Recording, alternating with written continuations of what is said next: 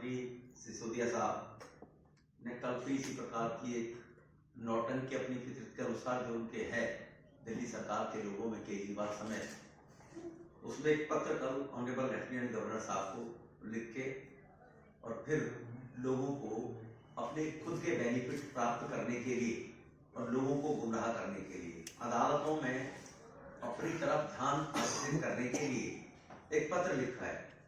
मेरे साथ हरी जी हमारे पार्टी के मीडिया प्रमुख हैं और सभी मेरे पत्रकार बंधु, मैं आपका बहुत बहुत इस बात के लिए स्वागत करता हूं। आप इतनी कड़कड़ाती सर्दी में भी सब लोग पहुंचे।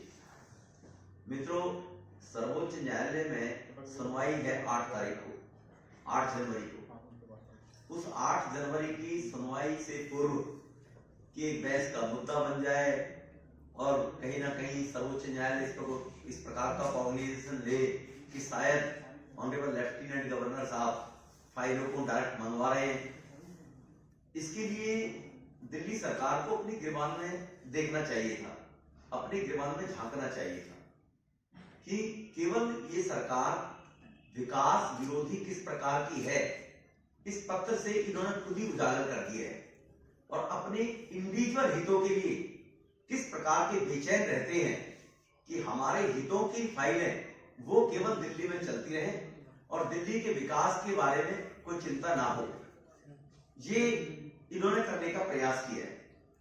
वो ये भूल गए कि नियम 19(5) के तहत जो फाइलें लेफ्टिनेंट गवर्नर को अधिकार देती हैं कि ये 1993 एनसीटी एक्ट में बड़ा क्लियर था कि किसी भी प्रकार की पब्लिक इंटरेस्ट की, दिल्ली के वेलफेयर के विकास की कोई फाइलें अगर 6 महीने, साल, 1.5 साल तक अप्रूवल के लिए सेंट्रल गवर्नमेंट ने या काम होने के लिए वो राज्य सरकार के मंत्री के या मुख्यमंत्री के पास जाए तो उनको रिव्यू करने का, अगर उनको दबाकर बैठ जाए फाइलों को और ना निकालें तो उनको रिव्यू करने का राइट नियम 19(5) के तहत ऑनरेबल लेफ्टिनेंट गवर्नर साहब को है।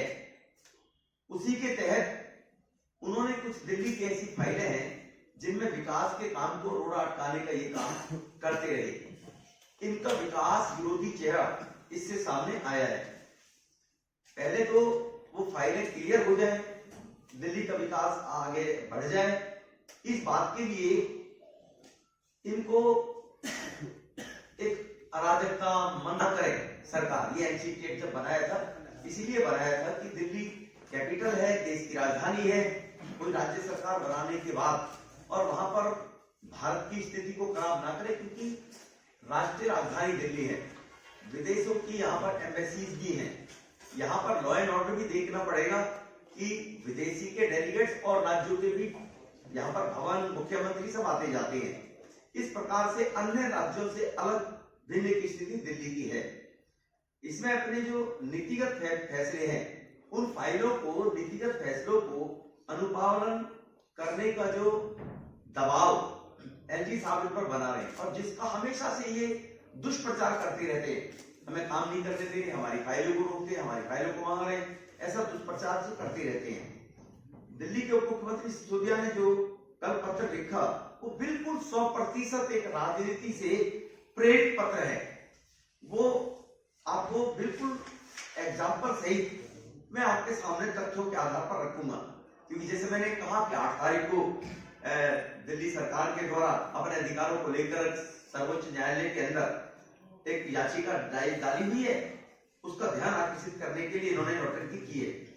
पहले तो इस पत्र में राज्यपाल महोदय द्वारा सरकारी फाइलें मंगाने पर आपत्ति करने पर मेरा विरोध है। उप मुख्यमंत्री साहब क्यों आपत्ति कर रहे हैं जब 19(5) के तहत लेफ्टिनेंट गवर्नर साहब को बनाने का अधिकार है और उन फाइलों को क्लियर करके उनको डेवलपमेंट के लिए ऑर्डर करने का अधिकार लेफ्टिनेंट गवर्नर के साथ पास बिल्कुल क्लियर है। इसका एक एग्जांपल देता हूँ। श्रीनिवासपुरी कॉलोनी है साउथ दिल्ली, मेरी संसदीय क्षेत्र के अंदर। उस कॉलोनी की रीडेवलपमेंट हो रही थी। उसकी जीपीआर जो निवासपुरी कॉलोनी है उनवा से संबंधित 2019 में यूडी मिनिस्टर हरदीप पुरी जी वहां पर शिलान्यास करके चले गए। अब वो दिल्ली सरकार से उसकी एनओसी लेनी थी पर्यावरण विभाग से। 19 से लेकर आज तक 22 आ गया है। वो फाइलें दबाए बैठे हैं केजरीवाल साहब। 22 भी खत्म हो गया, दिसंबर है, 22 खत्म हो गया। तो ऐसी फाइलों को जब लेफ्टिनेंट गवर्नर साहब ने चिट्ठी लिखी और चिट्ठी लिखने के बाद कहा कि ये फाइलें क्यों दबाई पड़ी हुई है, तो क्लियर क्यों नहीं करते, तब वो फाइलें प्रारंभ होनी शुरू हुई। उस प्रकार की फाइलें हैं कि सेंट्रल गवर्नमेंट और दिल्ली के डेवलपमेंट को रोकने का काम, ये एक एग्जाम्पल है। उपराज्यपाल सर ने 1905 नियम के तहत ये फाइल पर्यावरण मंत्री को 2-3 वर्ष से लंबित होने के बाद मंगाई, तब जाकर इन्होंने इसको क्लियर किया। एक किसी से नहीं, राष्ट्रीय राजधानी UER 2 के अलावा परमानेंट चौक या IIT और साकेत CISF कैंपस में विकास निर्माण की फाइलें, ये सभी फाइल 2 वर्षों से केजरीवाल सरकार ने रोक के रखी थी। और उसी नियम जो NCT एक्ट 1993 में जब ये कानून बना दिल्ली, उसी नियम के तहत 1905 के तहत जब ये फाइलें मंगाई हैं, तब इन फाइलों को क्लियर कराया गया। 2-2 साल से वो रोक रखी थी। इसी प्रकार से हर आदमी आज 4G फंस रहा है, 5G आना चाहिए, क्यों नहीं आना चाहिए।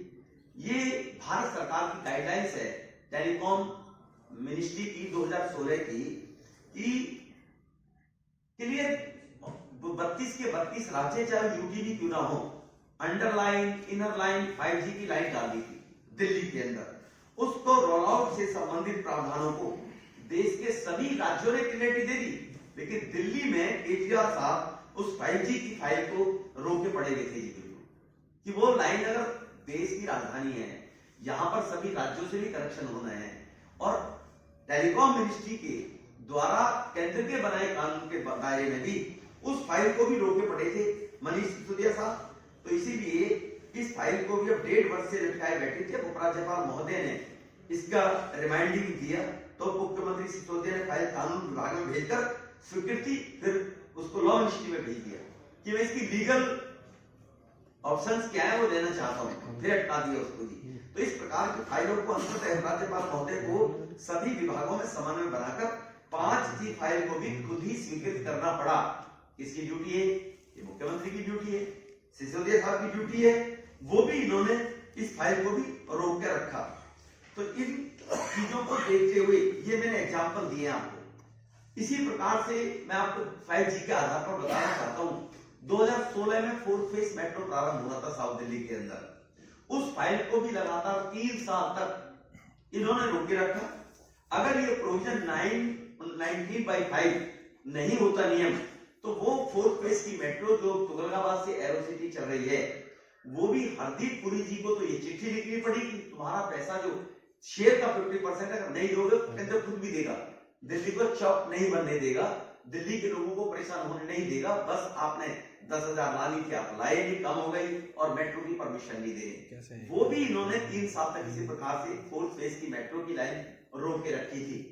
चिराग दिल्ली नेहरू प्लेस से लेकर साकेत की जो लाइन थी, उसकी परमिशन अभी तक नहीं थी, और 3 लाइनों की परमिशन 2016 में 4 फेस मेट्रो शुरू हो रही थी। इसीलिए केजरीवाल साहब अब अपने को कोर्ट में ये उस डेट के लिए, देखो जी अपने लेफ्टिनेंट गवर्नर साहब ने हमारी फाइलें डायरेक्ट मंगा रहे, हमारे अधिकारों का हनन कर रहे हैं वो, जबकि उनका कोई अधिकारों का हनन नहीं है। आपके पास फाइल आए, आप विद इन टाइम फाइल को अप्रूव करिए अपने टेबल पे, देश का कानून है। फाइल क्यों लटकाएगी 6 महीने 7 महीने लटकाना, भटकाना अटकाना। तो इस मानसिकता से वो दिल्ली के विकास को रोकना चाहते हैं, क्योंकि अगर केंद्र सरकार के माध्यम से दिल्ली का विकास होगा तो वो विकास दिखाई देगा। क्योंकि केजरीवाल साहब से पूछना चाहता हूं, आप टेंशन ले रहे हैं कि LG साहब अगर अप्रोच दे रहे तो दिल्ली का विकास हो रहा है, तुम्हारा क्या बिगड़ रहा है उसमें जी? LG साहब विकास की तो फाइल कर रहे हैं, लेकिन उनको चाहिए कि हमारे हित, हमारी सैलरी कितनी बढ़ जाए, हमारी और फैसिलिटी VIP गाड़ी हमें कितनी बढ़िया बढ़िया मिल जाए, हमारी कोठी कितनी बदला केजरीवाल साहब का, और डबल बराबर वाला प्लॉट भी एक्वायर करने के बाद जजों के फ्लैट खाली कराकर, और अब वो 4 एकड़ में फार्म हाउस बन रहे केजरीवाल साहब का मकान। ये फाइलें तो केजरीवाल साहब निकालते हैं, लेकिन 500 आपने स्कूल बनाने की बात कही थी, ये तो किसी ने रोका नहीं, अभी तक क्यों नहीं बने? आपने नल से जल देने की बात कही थी, कहाँ है नल से जल? आपने 20 कॉलेज खोलने की बात कही थी, अभी तक क्यों नहीं 20 कॉलेज खोले आपने पूरी दिल्ली में फ्री वाईफाई युवाओं को बोला था, फ्री वाईफाई देने की बात कर रहे हो, और 5G की फाइल रोक रहे हो कि फास्ट इंटरनेट अगर मिल जाए लोगों को बिजनेस काम करने के लिए या बच्चों को पढ़ाई में। 2 लाख आपने पब्लिक टॉयलेट बनाने थे, गिनवाइए कहां 20,000 बनाए आपने दिल्ली के अंदर। 8 लाख लोगों को आपने परमानेंट रोजगार देना था, सबको परमानेंट कर दूंगा केजरीवाल साहब। आपने जन लोकपाल लाने की बात कही थी, मैं जन लोकपाल लेकर आऊंगा। इनमें तो ना लेफ्टिनेंट गवर्नर साहब का इंटरफेरेंस है, ना केंद्र सरकार का इंटरफेरेंस है। आपने 30,000 नए बेड मैं अस्पतालों में बनाऊंगा, आज भी 13,000 बेड है केवल दिल्ली के अस्पतालों में, आपने कहा 30,000 नहीं बनाऊंगा।